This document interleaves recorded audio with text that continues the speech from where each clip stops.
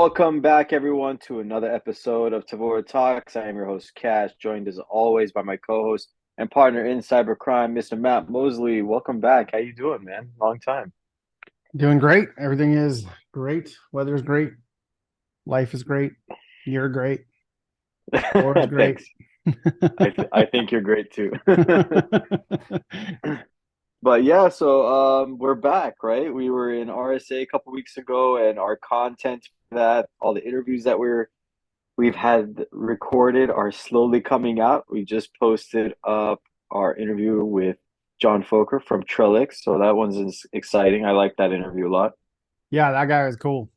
Definitely Yeah, impressive. Throwing off the curve for the rest of us. yeah, I know. Former I mean, special forces. Then he went into like whatever the police, tracking down organized crime. Like, hey, save some for the rest of us. I know, right? I mean, he kept on telling his like backstory. I'm like, well, I don't want to be on this guy's bad side, so I'm glad. I'm glad we got to shake hands with him and get And on he was his like white 7 list. feet tall. Yeah, and he's a very tall guy, but definitely a fun interview. So for our listeners out there, definitely jump on that. Listen to what John has to say. It's pretty exciting, and then we're obviously going to be releasing some other good ones, within the next week or so. So hopefully, all it'll all be up there soon. But with that said, did want to kind of get back with you, Matt. I found this cool. Right, they're always a little bit interesting, but this one is a new hacker exposed, got jail time and whatnot. But I want to talk about this. I don't know if you heard about it, but you know the system, Ubiquiti. Have you heard of Ubiquiti? Yeah, I love Ubiquiti. Yeah, Ubiquiti stuff's awesome. It's like the I want to kind of say it's the Apple of networking equipment. It just works, plug and play, and it's like easy to set up and stuff. But Yeah, it's like commercial grade network equipment, but for consumers. I mean, they have yeah, their commercial stuff too, but the consumer stuff is awesome for the advanced users at home that want to set up a prime network. yeah, it's awesome. They have like their Wi-Fi cameras and I think it's called like Connect or whatever, voice systems and everything. But it's pretty cool system. But the whistleblower here gets he got popped, right? So check this out. He used to be a former employee, okay, 37 years old, named Nicholas Sharp. He was arrested a couple years ago. Insider access as a senior developer, but he decided to steal some confidential data and started sending anonymous emails asking the tech provider to pay 50 Bitcoin, which at the time, 50 Bitcoin, about a couple mil. Yeah, not So bad. yeah, so this whistleblower, he almost extorted $2 million of cryptocurrency while working at the company. Can you Yeah. imagine? So he's like sitting there at his desk, like siphoning out data and asking for Bitcoin. I wonder if he's like sending it from his company email or what he did, but Well, and he also was so the whole thing was he was brought in to respond to an incident that had occurred that he caused, right? And then while responding to the incident, that's when he was exfiltrating the data as well, right? oh my God, that's wild. Like, who do you put your trust in at that point? I mean, if your IR guy is the guy caused the incident and then you call the same guy to kind of clean up the incident, like, talk about, I don't know, Yeah. hiding in plain sight, I guess. Yep. Yep. Pretty ridiculous. Um, so yeah, he's getting jail time and he's supposed to be fined, right? He's ordered to pay restitution amount of $1.59 million dollars. Dang. Enjoy that. Yeah. That's a lot of license So, plates you got to make in prison for that.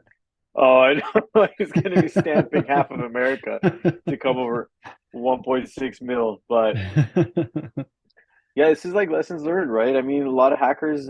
Who's this other guy? I don't remember exactly who I read about, but he's facing up to 70 years jail time recently. Did you hear about this story? I forget Was which it one the it Twitter is. guy?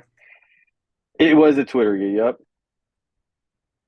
And that's insane, Yeah, right? I think I mean we've seen it throughout the years, right? They make examples of people for sure. But yeah, this guy Nicholas Sharp from my hometown, by the way, got arrested here in Portland, Oregon, and I guess he's what, getting 6 years for this little stunt that Yep. he pulled. Is interesting though because he was using Surfshark VPN to hide his home IP, his home IP address, and so I was looking up um, what's it called, Surfshark, because I'd never heard of them before, and I was wondering if they turn over logs or whatever, and they said that they're based in Netherlands, so they have no legal obligation to turn over logs, and I was like, oh, that's interesting. Like, how did the FBI get that information? So then I read Yeah. the like press release from the FBI or the United States Attorney's Office, and Okay. it was saying that there was a power outage while he was connected, and that is how they were able to capture his IP address for that like moment where the VPN can't cut off. I guess Oh, a, you're kidding. a likely story. What are the chances, though? I mean, it sounds more like somebody's flipped the power off his house for a second intentionally. I don't know. I don't know. It sounds pretty convenient for the FBI for law enforcement. That's all I'm saying. And I get, But and you know, even to that is like, how long do you have to be just sitting there snooping, waiting for that anomaly to happen? well, I mean, I think they retrospectively went back and looked at logs when that happened, Oh, right? But I see. Okay, okay, okay. That yeah, makes more sense. but still, very convenient. Luckily for the FBI, they had that evidence. I'll say that they lucked out. So, not that they probably didn't find other evidence at the residence when they did the search warrant, but interesting enough. So, but Ubiquiti did go on to lose like $4 billion from this little stunt from his like from the news articles that came out about it and all that stuff, and he released some of the data that he had stolen to kind of prove to them that he had it. Really? So Oh my God, that's terrible. yeah, so I mean, we always kind of talk about that, right? We say the cost of the incident itself is beyond just the damage to the systems or whatever. It's the reputational damage, brand damage, all that stuff, right? So, exactly. Yep. dang, $4 billion. I mean, he got away with it pretty decent, I guess. If you think about that, he caused them $4 billion in market issues, and he got away with it for 1.6 mil. And, That's and he would have got away with it if it hadn't been for that meddling Federal Bureau of Investigation. what's the silver lining here? Get a UPS for all your stuff, I guess. Don't live in the United States when you do these crimes. Yeah, go to Venezuela or something. Go where they don't have extradition. But I think, I mean, Ubiquity, hopefully they bounce back. But yeah, I wonder, I'm curious where it is now. I don't know.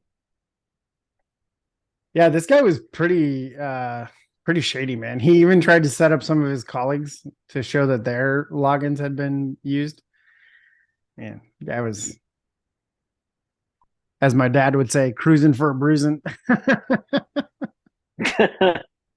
I mean, like Well, we yeah, say like it all the time, right? We're on the wrong side because I mean we would know what to do, right?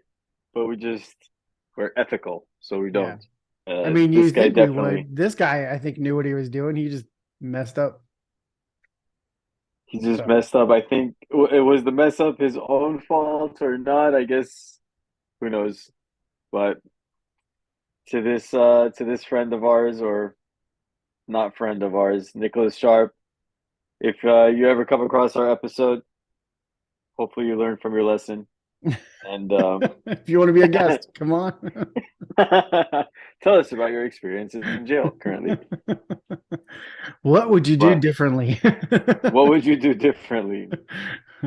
Not hack while you're on the job? I don't know. I think start there. But that's wild. I mean, we always talk about insider threat, and I always kind of spin it off of, you have your highest risk of insider threat if there's kind of some kind of stir up in the company, layoffs or something like that. But man, you're sitting there, you're doing good, good company, you know. I think this is just greed kicking in at that point. Yeah, absolutely. Agreed. I mean, he could have been bitter about something. I don't know, but I don't know. 1.9, what was it? 2 million. Yeah, two It's not million. not enough to disappear for the rest of your life. So I mean, depends where if you you're gonna go go. big, go big. Yeah, ask for 20 next time. I don't know. I mean, in the scheme of things, they lost $4 billion. You could have maybe added a zero to your demand, maybe 500 Bitcoin. Yeah. It's like this, the art, subtle art of negotiating. Start high, then go low, you know?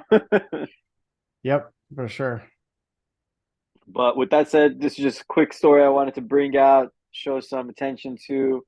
Um, Hackers beware. FBI is cracking down, and they've been pretty active in a lot of crackdowns recently. So shout out to the FBI for their due diligence and efforts. And I guess, yeah, that's all I kind of wanted to share with you. Anything on your mind? Any final words? Any final thoughts? Nope. I'll be at Net Diligence in a couple weeks. And then we got Black Hat coming up, DEF CON, GERCON. So yeah. Any other conferences that you guys want to announce or anything that you want to be set on the episode, let us know and we'll be sure to make that announcement. So. 100%. So look forward to our RSA interviews coming out within the next week or so. When beyond that, new conferences coming up, we're hopefully going to get some good new interviews coming out through the year. And I guess for now, that's all Oh, for. and Cash and I are That's, getting flipper zeros, so there's going to be some content oh around yeah, there we go. that. Can't wait for that thing to come. I don't know how long that's going to take, but I've never been so excited to get like a gadget in the mail for a long time. I don't know. You were pretty excited about that steamer at RSA. That okay, for those who need context, I was trying to iron my shirt and I'm like, I didn't have an iron. And Matt found has like, I got a steamer. First time I tried one, wow, life-changing experience. They are I pretty good. It's probably the best $20 you could spend oh, if you amazing, travel. amazing. I Yeah. immediately ordered one. So thank you for that, Matt. I appreciate it. But yes, Flipper Zero content is coming. We promise. We're We gonna have some promise. We fun. we promise to bring you some more good stuff. But until then, keep listening in it. And if you find a way to reach out to me and Matt, hit us up. We'll send you some cool swag. Until next time.